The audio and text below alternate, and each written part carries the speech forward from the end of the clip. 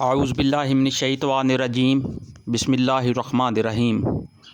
قسم ہے تارے کی جب کہ وہ غروب ہو، تمہارا رفیق نہ بھٹکا ہے نہ بہکا ہے، وہ اپنی خواہش نفس سے نہیں بولتا۔ یہ تو ایک وحی ہے جو اس پر نازل کی جاتی ہے، اسے زبردست قوت والے نے تعلیم دی ہے جو بڑا صاحب حکمت ہے۔ وہ سامنے آ کھڑا ہوا جب کہ وہ بالائے افق پر تھا، پھر قریب آیا اور اوپر معلق ہو گیا، یہاں تک کہ 2 کمانوں کے برابر یا اس سے کچھ کم فاصلہ رہ گیا۔ تب اس نے اللہ کے بندے کو وحی پہنچائی، جو وحی بھی اسے پہنچائی تھی۔ نظر نے جو کچھ دیکھا، دل نے اس میں جھوٹ نہ ملایا۔ اب کیا تم اس چیز پر اسے جھگڑتے ہو جسے وہ آنکھوں سے دیکھتا ہے؟ اور ایک مرتبہ پھر اس نے سدرۃ المنتہا کے پاس اس کو اترتے دیکھا، جہاں پاس ہی جنت المأویٰ ہے۔ اس وقت سدرہ پر چھا رہا تھا جو کچھ کے چھا رہا تھا، نگاہ نہ چند آئی نہ حد سے متجاوز ہوئی، اور اس نے اپنے رب کی بڑی بڑی نشانیاں دیکھیں۔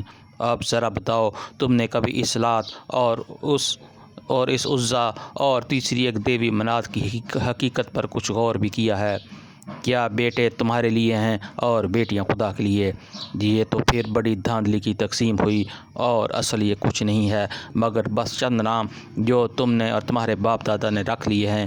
اللہ نے ان کے لیے کوئی سنت نازل نہیں کی۔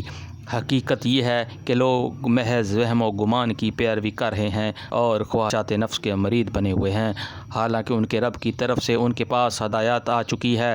کیا انسان جو کچھ چاہے اس کے لیے وہی حق ہے؟ دنیا اور آخرت کا مالک تو اللہ ہی۔ آسمانوں میں کتنے ہی فرشتے موجود ہیں، ان کی شفاعت کچھ بھی کام نہیں آ سکتی جب تک کہ اللہ کسی ایسے شخص نہ دے جس کے لیے وہ کوئی عرض داشت سننا چاہے اور اس کو پسند کرے۔ مگر جو لوگ آخرت کو نہیں مانتے، وہ فرشتوں کو دیویوں کے ناموں سے موسوم کرتے ہیں، حالانکہ اس معاملہ کا کوئی علم انہیں حاصل نہیں ہے۔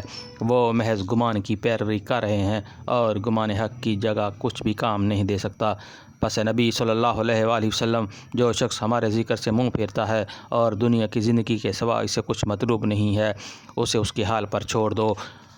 ان لوگوں کا مبلغ علم بس یہی کچھ ہے۔ یہ بات تیرا رب ہی زیادہ جانتا ہے کہ اس کے راستے سے کون بھٹک گیا ہے اور کون سیدھے راستے پر ہے، اور زمین اور آسمان کی ہر چیز کا مالک اللہ ہی ہے، تاکہ اللہ برائی کرنے والوں کو ان کے عمل کا بدلہ دے اور ان لوگوں کو اچھی جزا سے نوازے جنہوں نے نیک روی اختیار کی ہے، جو بڑے بڑے گناہوں اور کھلے کھلے کبھی افعال سے پرہیز کرتے ہیں، الا یہ کہ کچھ قصور ان سے سرزد ہو جائے۔ بلا شبہ تیرے رب کا دامن مغفرت بہت وسیع ہے، وہ تمہیں اس وقت سے خوب جانتا ہے جب اس نے زمین سے تمہیں پیدا کیا، اور جب تم اپنے ماؤں کے پیٹوں میں بھی جنین ہی تھے۔ پس اپنے نفس کی پاکی کے دعوے نہ کرو، وہی بہتر جانتا ہے کہ واقعی متقی کون ہے۔ پھر نبی صلی اللہ علیہ وآلہ وسلم، تم نے اس شخص کو بھی دیکھا جو راہ خدا سے پھر گیا اور تھوڑا سا دے کر رک گیا۔ کیا اس کے پاس غیب کا علم ہے کہ وہ حقیقت کو دیکھ رہا ہے؟ کیا اسے ان باتوں کی کوئی خبر نہیں پہنچی جو موسیٰ کے صحیفوں اور اس ابراہیم کے صحیفوں میں بیان ہوئی ہے، جس کا وفا کا حق ادا کر دیا، یہ کہ کوئی بوجھ اٹھانے والا دوسرے کا بوجھ نہیں اٹھائے گا، اور یہ کہ انسان کے لیے کچھ نہیں ہے مگر وہ جس کی اس نے صحیح کی ہے، اور یہ کہ اس کی صحیح عنقریب دیکھی جائے گی، اس کی پوری جزا اسے دی جائے گی، اور یہ کہ آخرکار پہنچنا تیرے رب ہی کے پاس ہے، اور یہ کہ اسی نے ہنسایا اور اسی نے رلایا، اور یہ کہ اس نے موت دی اور اسی نے زندگی بخشی، اور یہ کہ اس نے نر اور مادہ کا جوڑا پیدا کیا ایک بوند سے جب وہ ٹپکائی جاتی ہے، اور یہ کہ دوسری زندگی بخشنا بھی اس کی ذمہ ہے، اور یہ کہ اس نے غنی کیا اور جائیداد کا وہی شعراء کا رب ہے، اور یہ کہ اس نے عاد اولا کو ہلاک کیا اور سمود کو ایسا مٹایا کہ ان میں سے کسی کو باقی نہ چھوڑا، اور ان سے پہلے قوم نوح کو تباہ کیا، کیونکہ وہ تھے ہی سخت ظالم و سرکش لوگ، اور اوندھی گرنے والی بستیوں کو اٹھا پھینکا، پھر چھا دیا ان پر وہ کچھ جو تم جانتے ہی ہو کہ کیا اچھا دیا۔ پاس اے انسان اپنے رب کی کن کن نعمتوں کو تو شک کرے گا۔